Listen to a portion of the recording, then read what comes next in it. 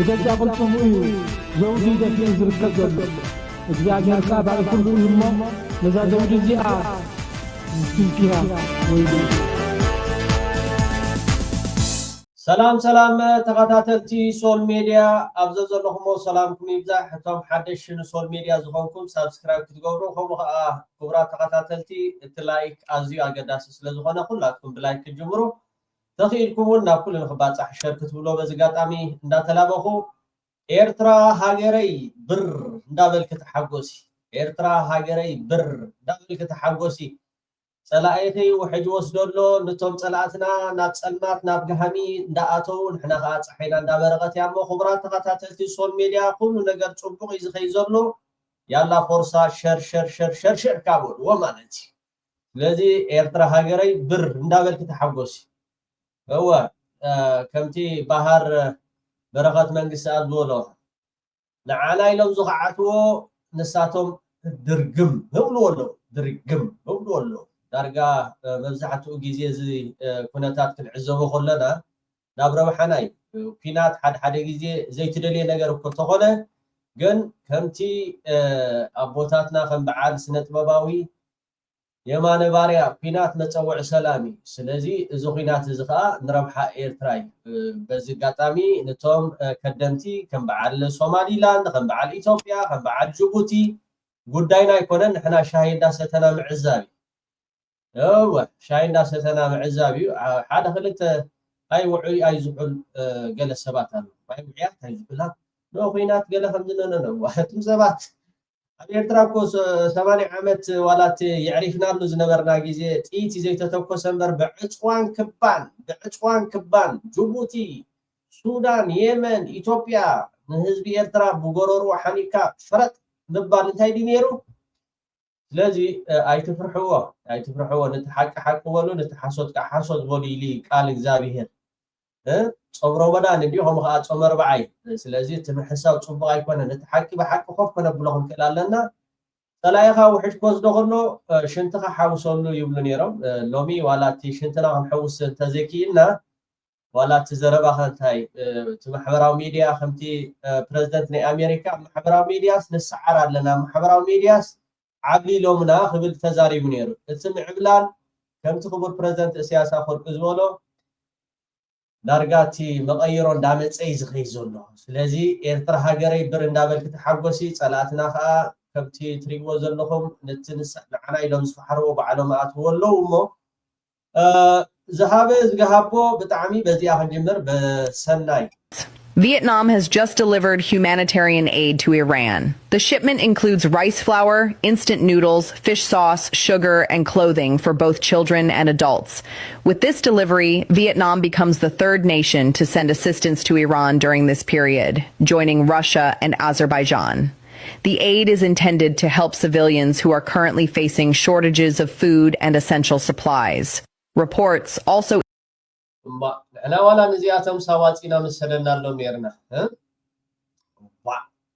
فيتنام مالتي فيتنام روسيا أذربيجان مالتي بتعمل صبو سرع أبزي كونتات ناي إيران ناي أمريكان زرلو فينات بتبعت نتهزب رديئت وصح اللو بمبال ومخا أخم بعد فيتنام رخيبهم سلا زي كونس كابتا زلاتهم قل نهزب إيران مدهانيت كمخا نقدعت زخون مجبتات قال مالتهم سديدهم أذربيجان روسياون بزح تونات أخلينا بإيران سديدا مالتي شوفوا بتعمي دس بالزيناي. Breaking news. Vietnam has just delivered humanitarian aid to Iran. The shipment includes rice flour, instant noodles, fish sauce, sugar, and clothing for both children and adults. With this delivery, Vietnam becomes the third nation to send assistance to Iran during this period, joining Russia and Azerbaijan. The aid is intended to help civilians who are currently facing shortages of food and essential supplies. Reports also indicate that Vietnam previously supported Iran. هاي هنقصل كورات تخاتلتي لو معنتي ابزو حبراو ميديا دزرغ حزلو وص حسوت مخالو بزغاطام هنحبركم ندلي توم غلغل انتا يبلو بتي مهمام مريت اب اثيوبيا تخسيت نير مسلني بزحات ابت ناي مهمام مريت ህዝቢ ከም ዝተጎድአ ዝዝከር ኮይኑ ብዛዕባኡ ፕረዚደንት ናይ ሩስያ ደው ኢሉ ንኣብይ ኣሕመድ ሓዘኑ ገሊጹሉ ይብሉ ኣልዕል ኣቢሎም ካልእ ከዓ እንታይ ይብሉ ደው ኢሉ ብዛዕባ ልምዓትን ምዕባለን ከምኡ ከዓ ምትሕግጋዝን ምስ ናይ ሩስያ መራሒ ተዘራሪቡ ገለ ዝብል ነገራት እዚ ውፃእ ሓሱት ምስቲ ኣቐድማ ኣቢልና ክንብሎ ዝፀንሐና ሩስያ ፀግዒ ናይ ኢራን እያ ኣብዚ ሕጂ እዋን ሩስያ ፀግዒ ናይ ኢራን እያ እታ ፅቡቅ ማለት ብለቃሕ ወዲ ለቃሕ ንኢትዮጵያ ዋላ ዝኾነ ነገራት ኢዳ ጠውያ ኣብዚ ጉዳይ እዚ ኢዳን እግራን ክስሕብ ከም ዘለዋ ዝኾነ ነገራት ምትእትታው ከይትገብር ብሕልፊ ኣብቲ ናይ ባብ ኤሊመንደር ብወገን ናይ ሶማሊላንድ ይኹን ብወገን ናይ ኤርትራ ዝኾነ ኣብዚ ጉዳይ እዚ ኢዳ ከይትሕውስ መጠንቀቕታ ካብ ሩስያ መፂዎም ከብቅዕ ትማሊ መደብና ኢራን ብናይ ኣምባሳደር ኣብ ኢራን ኣብ ኢትዮጵያ ዘሎ ኣዲስ ኣበባ መጠንቀቕታ ከም ዝሃቦ ኣብቲ ናይ ትማሊ መደበይ ዘርጊሕዮ ነይረ ማለት እዩ እንታይ እዩ ሶማሊላንድ ትገብሮ ዘላ መደበር ምህናፅ ናይ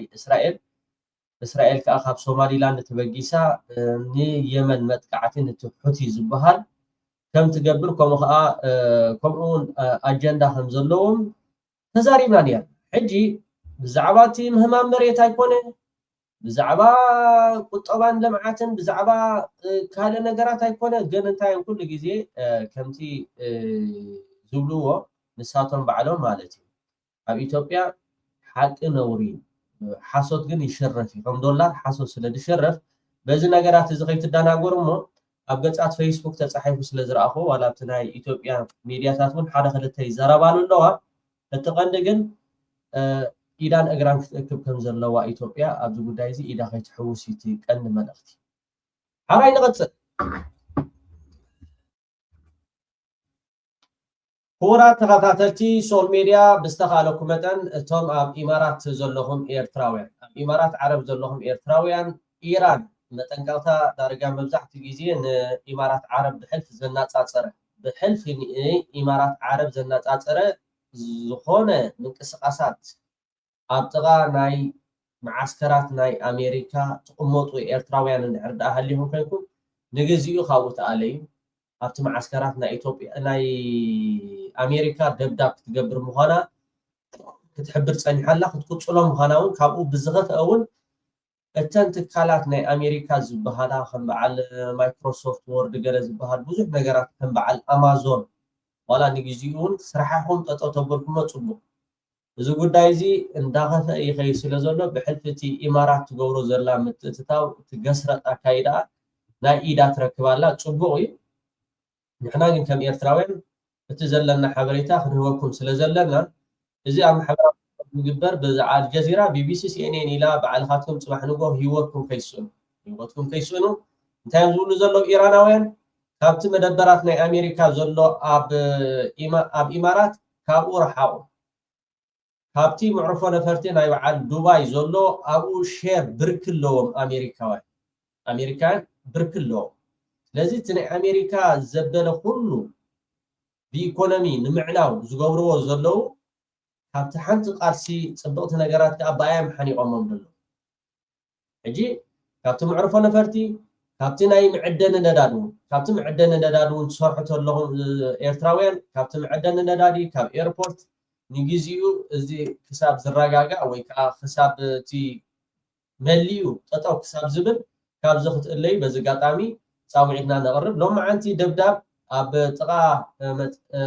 ምዕርፎ ነፈርቲ ናይ ዱባይ መፃረይ ነዳዲ ከም ዝተሃርመ ንሪኢኹም ኣለኹም ማለት እዩ ስለዚ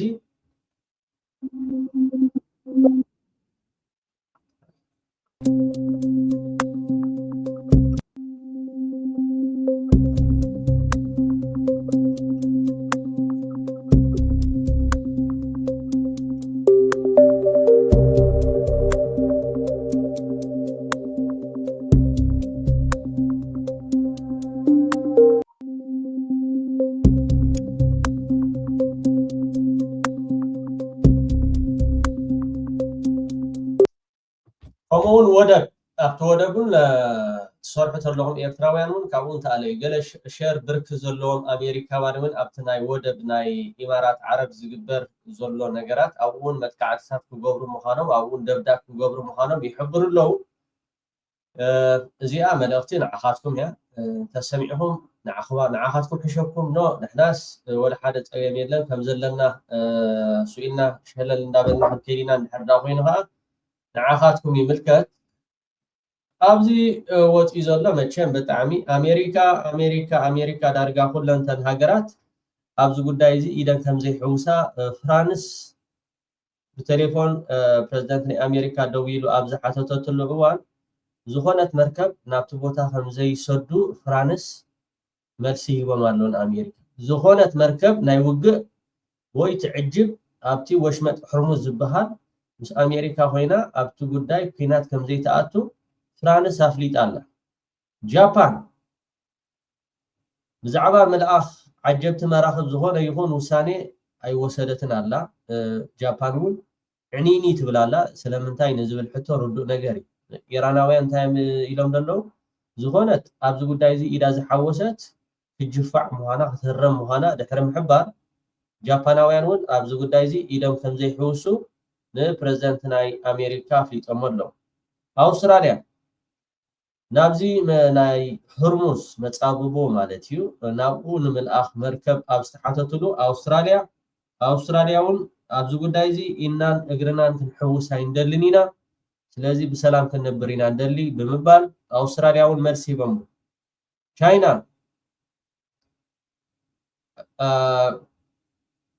እውን እቲ ጉዳይ ኮሚ ማለት እቲ ጉዳይ ኮሚ ባዕልኻትኩም ኢኹም ጀሚርኩሞ ባዕልኻትኩም ከዓ ውፅዎ ዳኣ እምበር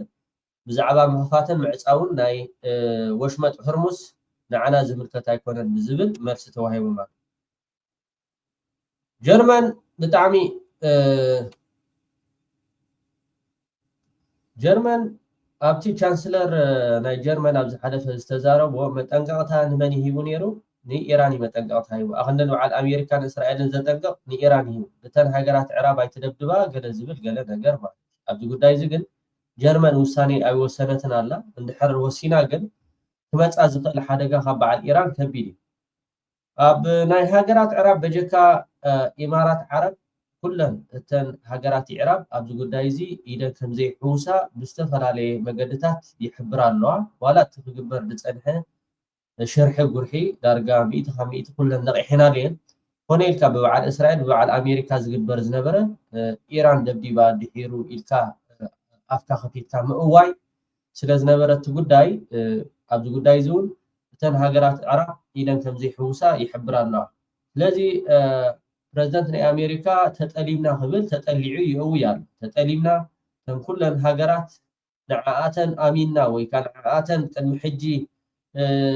تبينا توقتيتني خدايا نيران بمبال زبلوز نبرة بملكع فيديو خلا قصو لجميرا والله حتى فيديو خريب أبزيا رايوا بتعمي أزيا أواناويت قلاتيتنيا Row, row, row your boat gently down. Merrily, merrily, merrily, merrily.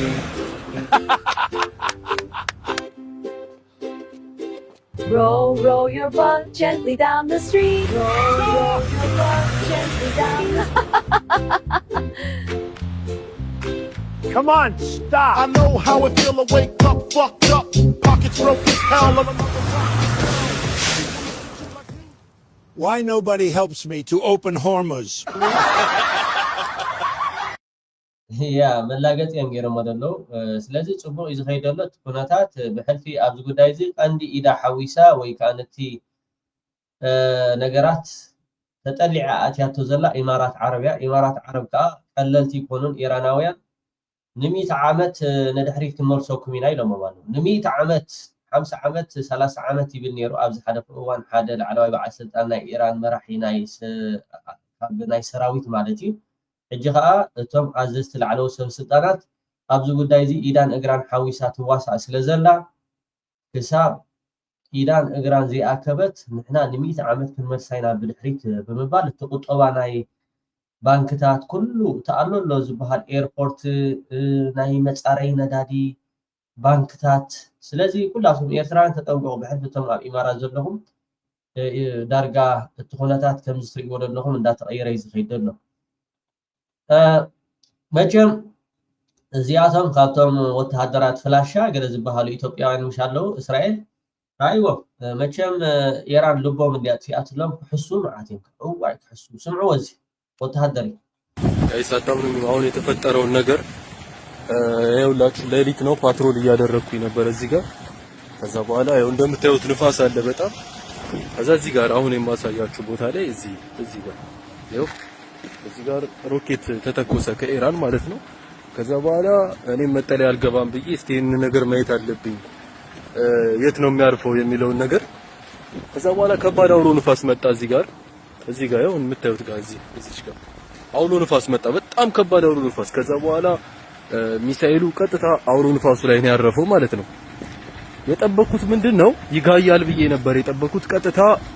እዚህ ጋር እንትን ተኛውኝ በጭንቅላቴ ምንድነው የተፈጠረው መሰላችሁ እኔ ያለ መቁረጼ ቆጨኝ በጣም አውሎ ንፋሱ ሚሳኤሉን ይዞት እንደዚህ አሽከርክሮ እንደዚህ እየተሽከረከረ ይዞት ከዚህ ሀገር ወጥቶ ወደ እንትን ላይ ጥሎታል ወደ ጋዛ መስመር መሰለኝ ወደዛ እንደወደቀ ነው የተዘገበው ብቻ በጣም አስገራሚ ነገር ተፈጥሯል ያው እንግዲህ አታለ ክሕስ ያው ደገጡ ትርሓ ክሕሱ ማዓት ዋጋ እቲ ካብ ኢራን ዝተኮሰ በቃ አነ ሳይ ሕባን የገለይለ ኸይደሪ እዩ ድሓር በቃ በአውሎ ንፋስ ማለት ንፋስ በቃ ንፋስስ ናበይ ወሲድዎ ኢሎም ናብ ቃዛ ወሲድዎ በቃ ናብ መፂስ ተአውሎ ንፋስስ ናብ ቃዛ ወሲድዎ ገለ ማለት እዚ ጋኮ በቃ ንስምነ ስለዘተኣሳስርዎ ንዓና ግን እዚኣቶም ፕሊስ ደቂየረይ ንዓና ዛ እስራኤል ትበሃል ኣይትምልከተና ኢትዮጵያውያን ክትምልከት ትኽእል እያ ስለምንታይ ከምዚ ትሪኦም ዘለኹም ጉዛኣት ስለዝኾኑ ይገዝእዎም እዮም ማለት ፍላሻይና ንሕና ቤተ እስራኤል ኢና ዶ ገለ እንዳበሉ ገለ ስለዝኸዱ ከምዚ ትሪእዎ ዘለኹም ሕጂ ብኣውሎ ንፋስ ገይሩ ካብ እስራኤል ዝተተኮሰ ናብ ቃዛ ወሲድዎ ብለኩም ኣሎ ያ እዚ ሕጂ ብዙሓት ኣብቲ ናቱ ኮመንት ርኢዮስ በቃ እዚ ኣምላኽስ በቃ ከም ገይሩ ወሲድዎ ኣምላኽ ንሕና እቲ ንፈልጦ ኣምላኽ ሓቀኛ ኣምላኽ ዘይሕሱ ኣምላኽ ፍትሓዊ ኣምላኽ ኢና ንፈልጥ እዚ ናትኩም ኣምላኽ ግን ንሕና ኣይንፈልጦን ኢና እዚ ናትኩም ኣምላኽ ህዝቢ ፍልስጥኤም እኮ እንዳተጨፍጨፈ ህዝቢ ፍልስጥኤም እንዳተረግፀ ኣምላኽ ደስ ኢልዎ ወይ ከዓ ኣምላኽ ከዓ ስለዘይብሎም እዮም ከምኡ ዝኾኑ ደሎ ኣይኮነን ስለዚ ሰይጣውንቲ ስለ ዝረኸብዎም እዮም እዚኣቶም እዮም ለባም ዝበሃል የብሎም ወተሃደር ሕጂ እዚህ ሀገር ወጥቶ ወደ እንትን ላይ ጥሎታል ወደ ጋዛ መስመር መሰለኝ ወደዛ እንደወደቀ ነው የተዘገበው ብቻ በጣም አስገራሚ ነገር ተፈጥሯል ያው እንግዲህ ጦርነት ብዙ የሚያስገርሙ ነገሮች እያሳየን ይገኛል አዳዲስ ነገሮች ሲኖሩ ስለዚህ አውሎ ንፋስና ስለዚህ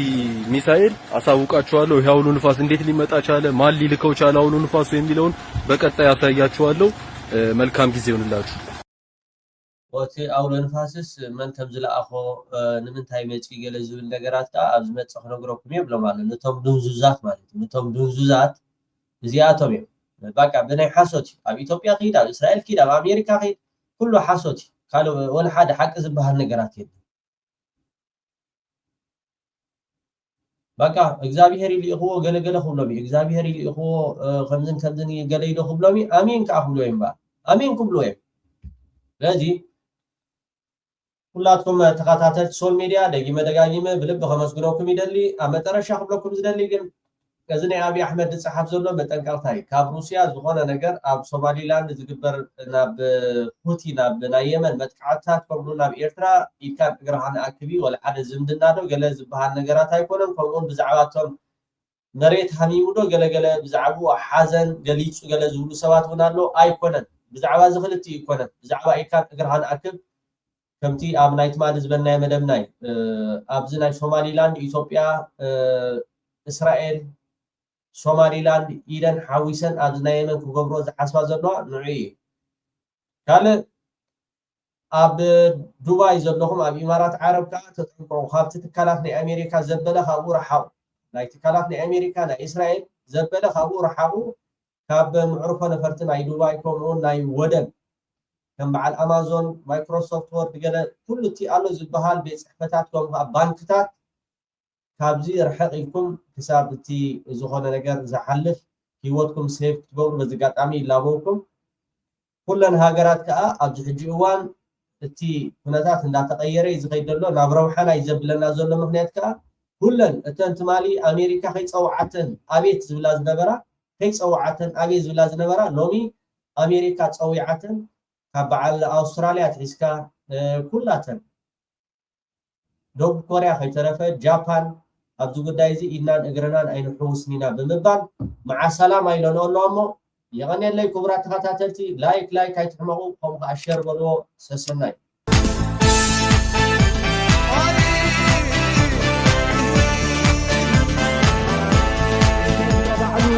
بجد قلتم زوجي ده في زركة جل እግዚአብሔር ቃል ባለ ሁሉ ይሞ ለዛ ዘውድ እዚኣ ምስኪን ፊሃ ወይ